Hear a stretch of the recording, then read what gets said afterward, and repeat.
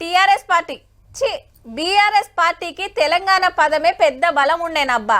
రాష్ట్రం కోసం పుట్టిందని దేశమంతా పేరు సంపాదించింది. 2 మాటల పవర్లకు వచ్చినాక ఏహే ఇంకా తెలంగాణ ఏంది తెలంగాణ, ఇక భారతదేశాన్ని ఏలేస్తామని ఏ గడియల బీఆర్ఎస్ అని పేరు మార్చిండ్రో కానీ ఒక్కటి గిన కలిసి వస్తలేదుల్లా. అసెంబ్లీ ఎలక్షన్ల కారుకు టక్కరాయే, పార్లమెంట్ ఎలక్షన్ల గుండు సున్నా వచ్చే, 10 మంది ఎమ్మెల్యేలు జంపాయే. ఇక ఇప్పుడు ఎట్లున్నదంటే ఫామ్ హౌస్ కన్నా పరాకతిగా ఉందామంటే పెద్ద మనిషికి అస్సలు నిమ్మలం లేకుండా కాబట్టి అంతా సారే చేసిండు, అంతా సార్ మీదకెళ్ళి నడిచిందని కాళేశ్వరం కమిషన్ రిపోర్ట్ ఇస్తే గట్లని అరెస్టులు చేసినా చేస్తారని ఖుద్దు అధ్యక్షుల వారే అన్నాడు. ముఖ్యమైన వాళ్ళతోటి మీటింగ్ పెట్టి గా రిపోర్ట్ మీద అసెంబ్లీలో చర్చ చేసినాక ఏం యాక్షన్ ఉంటుందో మరి. పార్టీ మారిన 10 మంది ఎమ్మెల్యేల పదవులు ఉడవీకుదాం అనుకుంటే పాత ఎమ్మెల్యేలు అంతా కాలరకెళ్ళి జంప్ అవుతున్నారు. 4 డజన్ మంది గులాబీ భవన్లకు వెళ్ళి బయటికి రాబోతున్నారని గుసగుసాలు. అప్పటి ఫామ్ హౌస్ కేసులు ఉన్న వాళ్ళు వెళ్ళిపోతే కథ ఏరే ఉండేటట్టు ఉంది.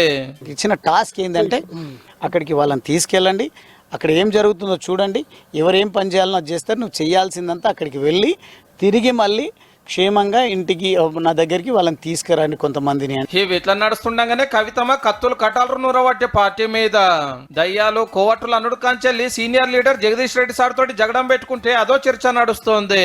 బీసీ రిజర్వేషన్ల ఆర్డినెన్స్ పార్టీ వాళ్ళు తప్పంటే అక్కనేమో కరెక్ట్ అనవాటే.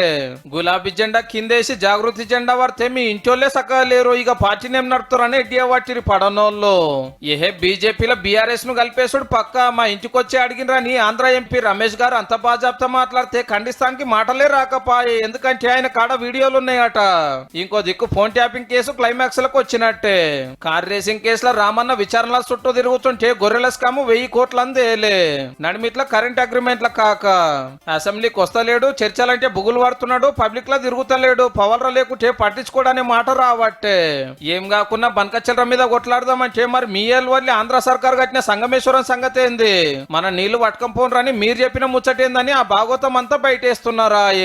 చిన్నగా తెలంగాణ సెంటిమెంట్ అన్న లేపుదామంటే మొదలు మీ పార్టీలోకి వెళ్ళి తెలంగాణ పేరెందుకు తీసేసినామో చెప్పమంటే అదొక తలకాయ నొప్పి. కథ గిట్లున్నది కాబట్టి ఫామ్ హౌస్ కు పార్టీ లీడర్ పిలుచుకొని దినం పొంటెల కమానం చర్చలు చేస్తున్నాడు ఇండ్లకెళ్ళి ఎట్లా బయట పడాలనే తవ్వ కోసము. కానీ 10 ఏళ్లు పతారా చూపించిన వాళ్లకు పవర్ పోయిన 20 నెలలకే గిన్ని కష్టాలు వస్తాయని సార్ కూడా అనుకోకుండా పో.